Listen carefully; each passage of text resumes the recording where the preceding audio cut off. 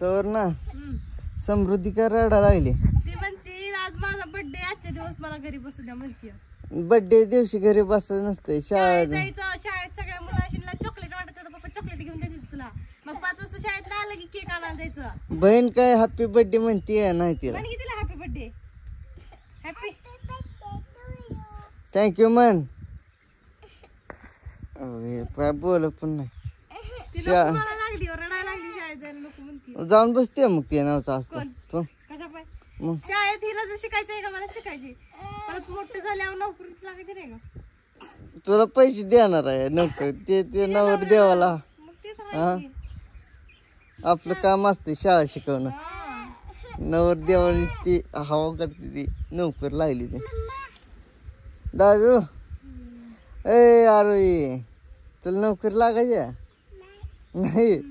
मग काय करते शेतकरी नवरा करायचा तुला. आ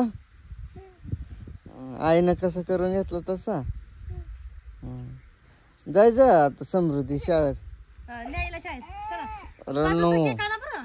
केक आणा तुला शाळेत सुटल्यावर तिकडून तसंच जाऊन रुमाल तिला खाली पिकून दिला. रडायला लागली. शाळा सोडायचं बारक्या पण लेकर रडत असते सवारना. बाय रडते. सवय 10-15 दिवस आजारी पडेल त्यामुळे घरी आहे त्यामुळे त्या शाळेत जायला नको वाटायला. काल तर हिचं आधार कार्ड ती जन्मा दाखला काढून आणला. मग काय तर ती दाद्या शाळेत जा बरं तू. ही बघ कशी पळते आता. सुट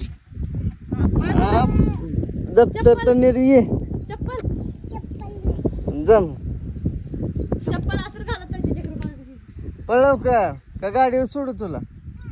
हा ये सोड. बहिणीला अजून एकदा हॅपी बर्थडे म्हण. बर गळ्यात पेर.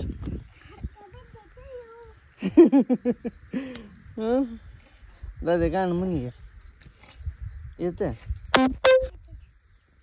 हा